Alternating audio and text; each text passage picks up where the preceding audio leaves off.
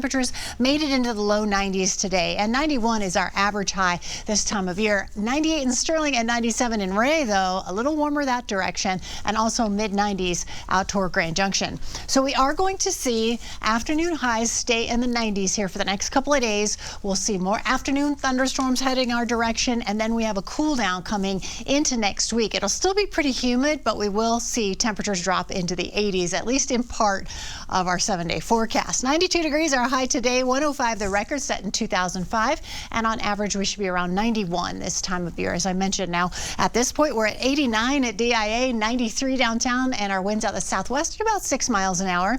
We have a big area of high pressure that's going to start to dominate the western half of the U.S., and that's going to keep us still pretty hot here for our area, but we have some moisture slipping in underneath that. From Salida to Leadville, we have some scattered showers. Also across the eastern plains, once again for today, we have some showers and thunderstorms. Not much happening here in Denver, but we can't rule out a few showers coming in from the southwest. Very similar to what we had happen last night. And just north of Flagler here, we have a small cell with a thunderstorm, but it does look like it has small hail. If you live in that area, it is not a severe warned storm, though. Down through southern Colorado, light to moderate rainfall pushing on through, and our best chance for severe weather is here across the eastern plains as we get into the later evening hours, and we have some of those showers already occurring that direction. Temperatures in the 80s here through 9 o'clock, 70s all the way toward midnight. It'll be a warm evening for us. Temperatures in the mid to upper 60s overnight with partly cloudy skies, and we'll have those 60s stretching all the way across the eastern plains, 50s toward Alamosa and Gunnison.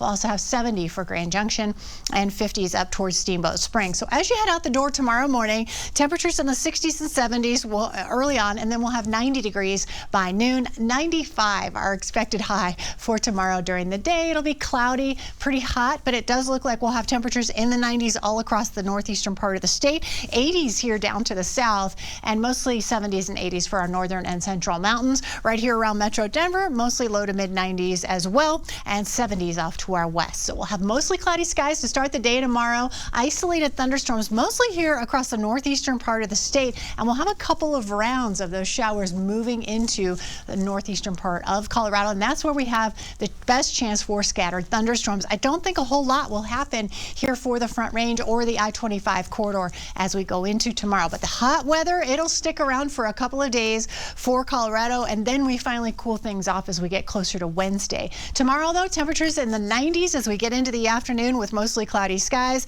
and warmer than average conditions across most of the United States over the next 10 days. Temperatures in the 90s here for the beginning of the week, 80s midweek, and check it out as we get into next weekend. We'll hit 99 on Sunday with potential record heat.